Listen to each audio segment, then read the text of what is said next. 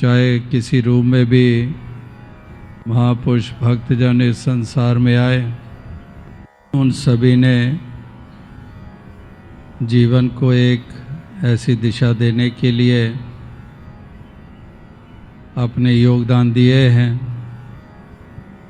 जो दिशा जिस रास्ते पे इंसान चल निकले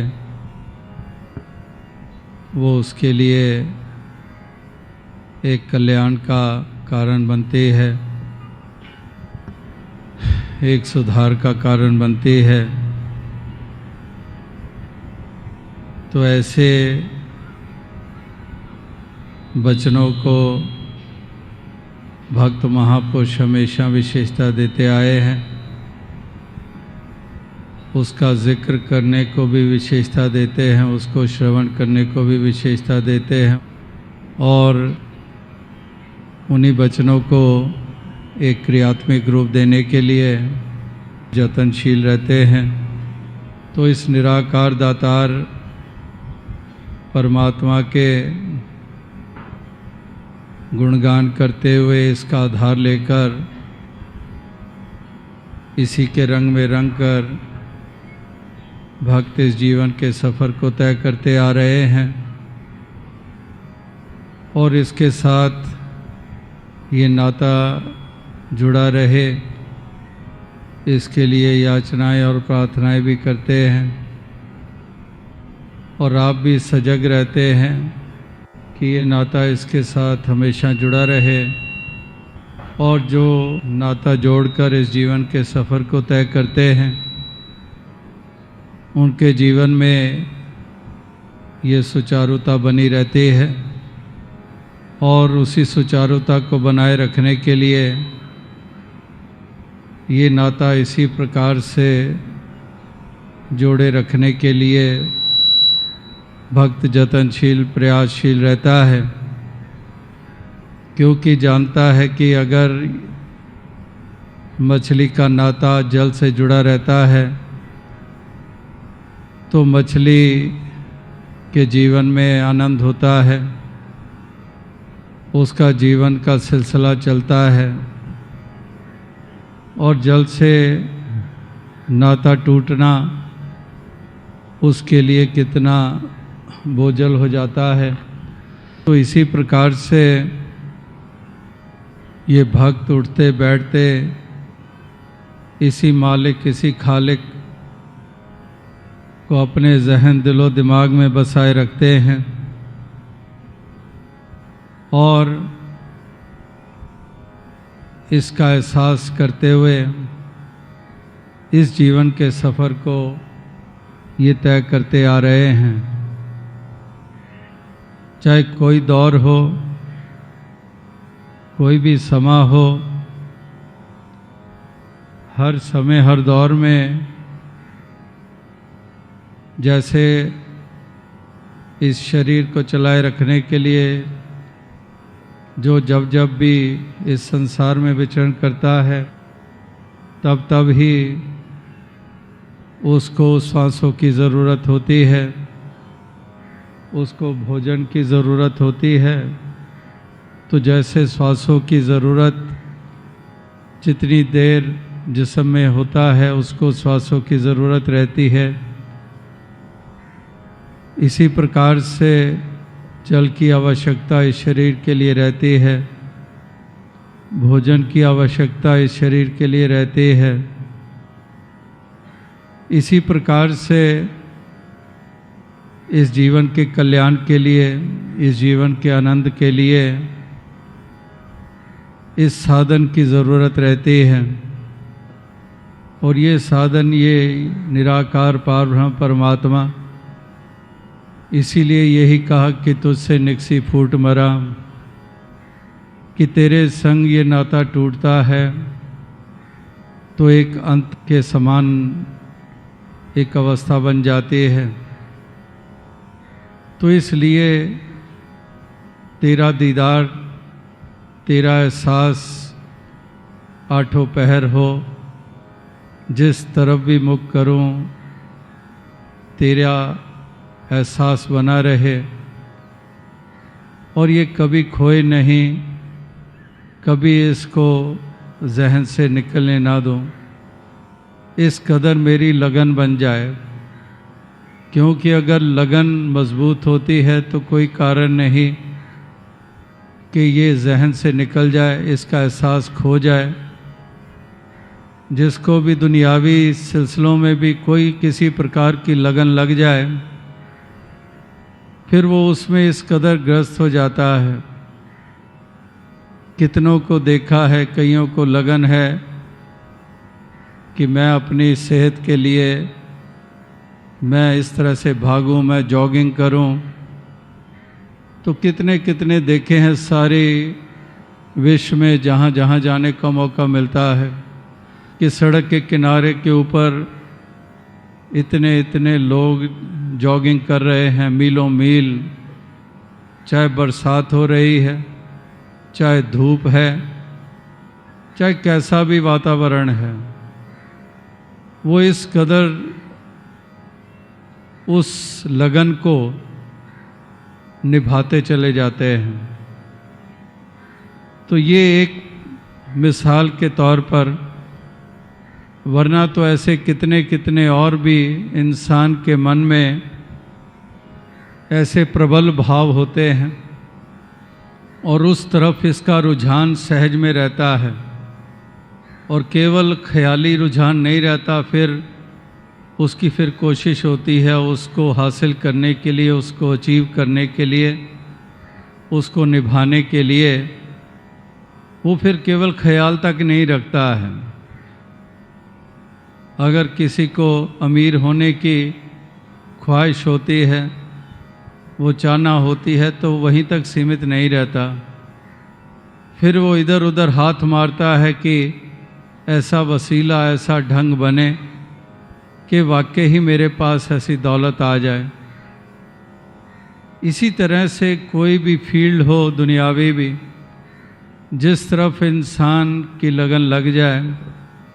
उस तरफ उसके उपराले और प्रयास भी साथ जुड़ जाते हैं। इसी प्रकार से अगर ये लगन लग जाती है इस परमात्मा की भक्ति अनन्य करने की, एक परमार्थ पर चलने की, तो इस लगन के कारण ये इस निराकार का एहसास भी इसको बना रहता है। ये उठत बैठत हर भजो साधु संग प्रीत, ये उठते बैठते इस निराकार के साथ ये नाता अपना ये जोड़े रखता है। और ये जुड़ जाता है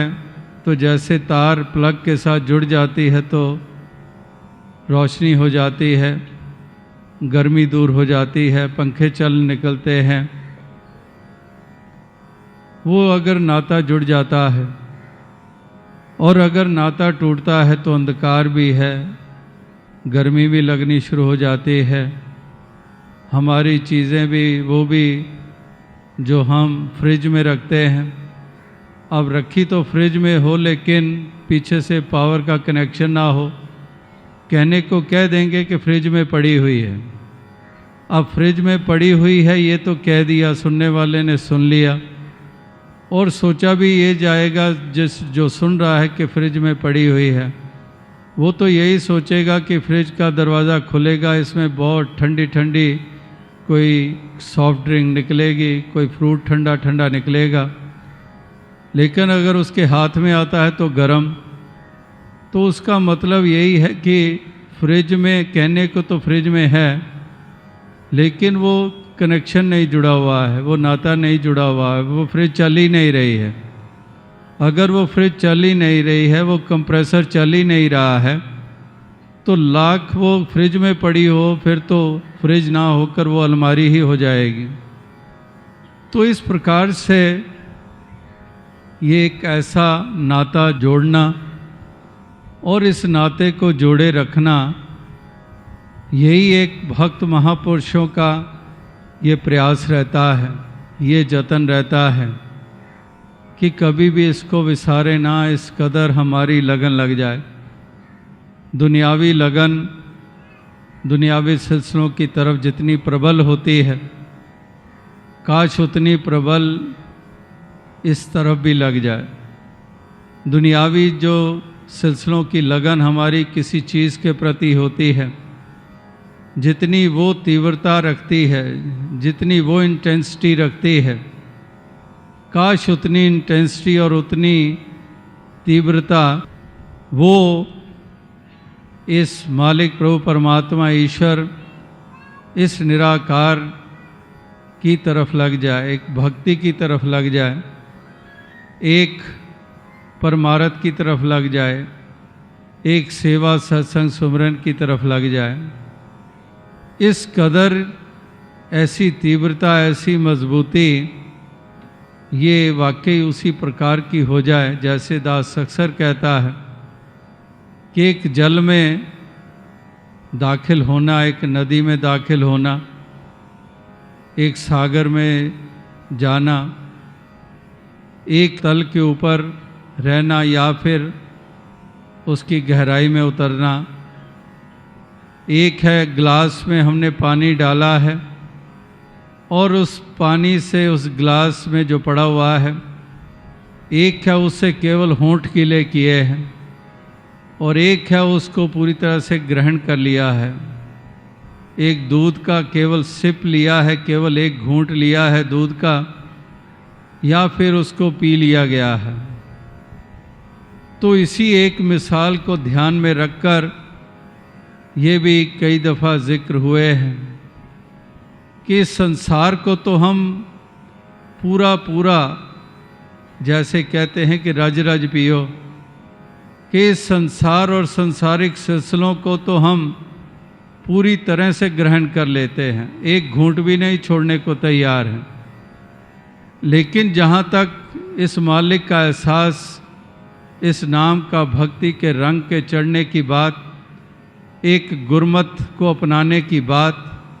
एक गुरसिक्खी के रास्ते पे चलने की बात, एक प्यार निम्रता से युक्त होकर जीवन के सफ़र को तय करने की बात, वो केवल एक घूंट भी नहीं, वो केवल होंठ गीले तक ही अवस्था रह जाती है। केवल जैसे एक औपचारिकता, एक फॉर्मेलिटी पूरी करनी है, जिसको रज रज पीने की बात कही गई है कि इस अमृत नू रज रज पियो। ये नहीं कहा कि इस अमृत से केवल होंठ गीले कर लो,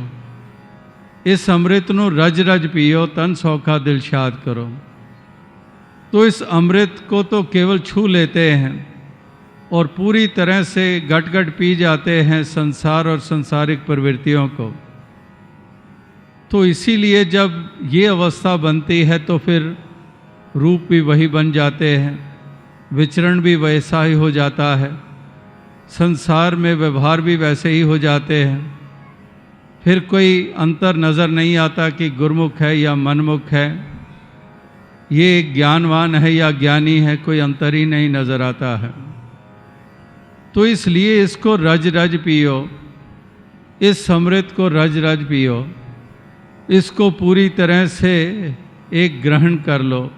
इस कदर ग्रहण कर लो कि ये पूरी तरह से रोम रोम में इसकी पहुंच हो जाए।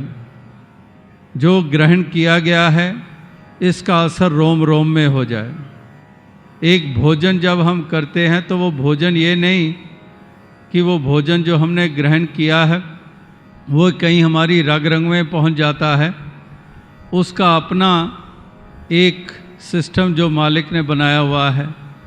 कि वो अगर नस नस ने पहुंचना है, उस भोजन ने नहीं पहुंचना, उसने उस भोजन को रक्त का रूप देना है और वो रक्त ने नस नस में पहुंच जाना है। तो इसी प्रकार से एक इसको जब ग्रहण करते हैं, इस कदर ग्रहण करते हैं कि वो सहज में ही फिर रोम रोम में उसका असर होता है, नस नस में उसका असर होता है। तो इसीलिए महापुरुष संत जन ये यही एक प्रेरणाएं देते हमें गीत कविता व्याख्यान के रूप में। जो इस प्रकार से इनके वचन आते हैं वो एक प्रेरणादायक वचन होते हैं। वो हमें सजगता देते हैं, वो हमें चेतन करते हैं, वो हमें अवेयर करते हैं, वो हमें एहसास कराते हैं कि कहीं पर हम उसी तरह से उस बहाव में तो नहीं बह चुके हैं। कहीं हम जिस अमृत को पूरी तरह से ग्रहण करना है, हमने भी केवल उसको छूने मात्र तक तो नहीं सीमित कर दिया है। क्या केवल ज़ुबान, ज़िक्र, वर्णन तक ही तो नहीं रह गया है? क्या वाकई ही वो रंग भर दिया गया है अमल का, कर्म का? केवल इसका जिक्र तो नहीं, वाकई ही क्या इसका एहसास भी आठों पहर उठते बैठते ये बना हुआ है, घर में रहते हुए भी बना हुआ है, काम काज करते हुए भी बना हुआ है, नौकरी करते हुए भी बना हुआ है, रिश्तेदारियां निभाते हुए भी बना हुआ है, और भी संसार में किसी रूप में विचरण करते हुए क्या वाकई ही ये कायम है, या फिर कहीं इसमें कमज़ोरी आ गई है? और अगर कमज़ोरी आ गई है तो शरीर में भी कमज़ोरी आ जाए तो हम उसको पूर्ति के लिए हम किस कदर फिर वो साधन जुटाते हैं कि ये कमज़ोरी दूर हो जाए। इसी प्रकार से सर्व रोग का औषध नाम, कि यहाँ पर तो कमज़ोरी जो है उसकी पूर्ति भी इसी दवा से होनी है। जो ये औषधि है, ये नाम रूपी औषधि है, ये निराकार रूपी औषधि है, ये इसी से ही पूर्ति होनी है। और अगर ये इसको लगातार अपनाया ही जाता है तो फिर ये कमज़ोरी आएगी ही क्यों? तो इसलिए ये दुरुस्त, जैसे तंदुरुस्त कहते हैं, तंदुरुस्ती की बात करते हैं, मन दुरुस्ती की बात करते हैं, तो ये दुरुस्ती तभी है अगर इसको अपनाया जाता रहे, इसको ग्रहण किया जाता रहे, इसका सेवन किया जाता रहे, हर कर्म करते हुए, भोजन करते हुए इसका एहसास बना रहे। इसीलिए इस मालिक की दी हुई दातों का सेवन करते हुए अक्सर वो भोजन की तो एक ऐसी प्रणाली बनी हुई है, अक्सर ऐसे कल्चर्स में ये सिलसिला बना हुआ है कि सामने जब खाना परोस कर आता है और परिवार वाले जितने भी उस डाइनिंग टेबल पर बैठे होते हैं, वो एकदम से, बच्चे भी अगर बैठे हैं तो माता पिता बच्चों को भी कहते हैं कि join your hands and let's pray and thank God that God is giving us our daily meal. इस प्रकार से हाथ जोड़ो और प्रार्थना करो मालिक से शुक्राने के रूप में कि दातार आज भी तुमने भोजन मुझे दिया है। तो इस कदर उस भोजन को ग्रहण करने से पहले भी इसका एहसास, भोजन करते हुए भी इसका एहसास, और भोजन